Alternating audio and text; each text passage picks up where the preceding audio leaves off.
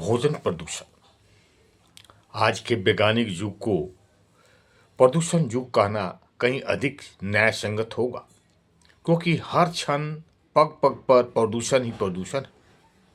जैसे आकाश, शोर प्रदूषण, वायु प्रदूषण, सूर्य किरण प्रदूषण, जल प्रदूषण, धरती प्रदूषण इत्यादि। ऐसी परिस्थितियों में भोजन प्रदूषित अछूता नहीं रह सकता। उपभोक्ता के पास पहुंचते पहुंचते खाद्य पदार्थ किसी न किसी माध्यम से दूषित प्रदूषित हो जाता है।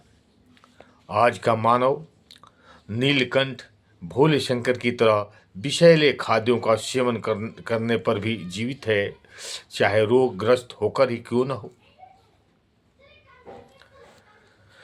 रासायनिक खाद तो विष है, जिससे उत्पादित खाद्य पदार्थों में वो पोषण नहीं होता जो गोबर की खाद, कंपोस्ट से उत्पादित खाद्य पदार्थों में पाया जाता। रासायनिक खाद से उत्पादित खाद्य पदार्थ धरती का उत्पादित खाद्य न होने से मनुष्य और पशु के स्वास्थ्य को बिगाड़कर उन्हें रोगग्रस्त करता है। नोबेल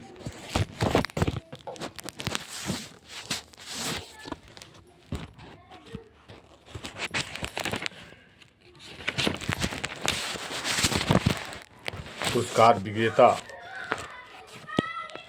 रॉकफेल फाउंडेशन के डॉक्टर एलेक्सिस कैरेल के कथनानुसार रासायनिक खाद से अन्न तथा फल सब्जियों के पोषण तत्वों में परिवर्तन आ जाता। मैन ऑफ द फील्ड्स के लेखक एंडन बेल के मतानुसार रासायनिक खाद देकर पैदा की हुई चीज़ें देखने में चाहे कितनी सुंदर और आकर्षण लगे, उनमें प्राकृतिक खाद के समान ओजस तत्व और जीवनी शक्ति नहीं। इंग्लैंड के डॉक्टर आर.एफ. मिल्टर के कथानुसार रासायनिक खाद वाले खेतों में कीटनाशक दवाओं का डालना बहुत जरूरी होता है। इससे प्राप्त फसल भी कैंसर का एक कारण हो सकता है। फसलों और अनाजों पर कीटनाशक दवाओं का छिड़काव। विषाक्त कीटनाशक रसायनों के छिड़काव से फसलों की पैदावार की वृद्धि में जितना लाभ हुआ है, उससे कई गुना हानि वायु प्रदूषण और रोगों की वृद्धि के रूप में हुई। अनाजों को कीड़ों को सुरक्षित रखने के लिए विभिन्न प्रकार के रसायनों जैसे डीडीटी, एल्ड्रिंग, डाई एल्ड्रिंग, बीएचसी इत्यादि का प्रयोग किया जाता है, जो कीड़ों के साथ साथ मानव को भी धीरे धीरे धरती से समाप्त कर देंगे। डॉक्टर गंगा शरण शुक्ल और श्री विजय बहादुर उपाध्याय, प्राणी विज्ञान विभाग, गोरखपुर विश्वविद्यालय के मतानुसार डीटीसी भोज्य पदार्थों में प्रविष्ट होकर जंतुओं के वसा तंतुओं में संग्रहित होने लगती है। जब डीटीसी युक्त वसा रक्त में प्रभावित होने लगती है तो उसके कुप्रभाव शरीर पर परिलक्षित होने लगते हैं। ये रासायनिक अनाजों से में मिलकर हमारे शरीर में पहुंच जाते हैं और पीलिया, उदर रोग, हृदय रोग, दमा, मिर्गी, पगलापन, यकृत में सूजन, प्रजनन क्षमता का ह्रास आदि रोग हो सकते हैं। इनकी अधिक मात्रा शरीर में पहुंच जाने पर मृत्यु तक हो सकती है। जैसा कि टर्की, कोलंबिया, मेक्सिको आदि में विषाक्त रसायन युक्त खाद्य खाने से सैकड़ों की मृत्यु हुई। भारत में भी हजारों मनुष्य विषाक्त भोजन का शिकार हो चुके।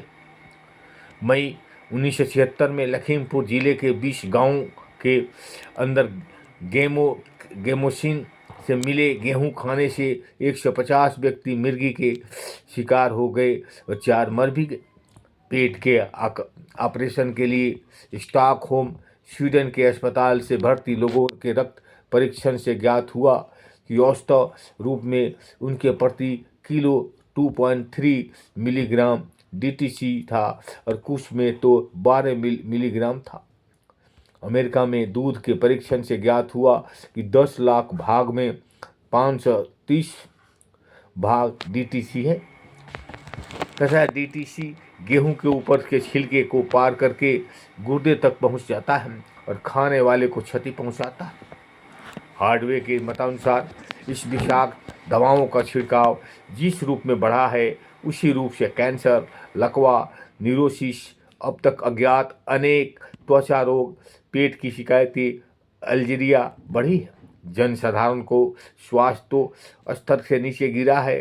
कितने की हानिकारक कीट पतंगों को चिड़िया खा जीती है, पर कीटनाशक दवाओं के छिड़काव से लाखों चिड़िया मार दी जाती है। कीटनाशक दवाओं के छिड़काव से मधुमक्खियां भी समाप्त हो रही।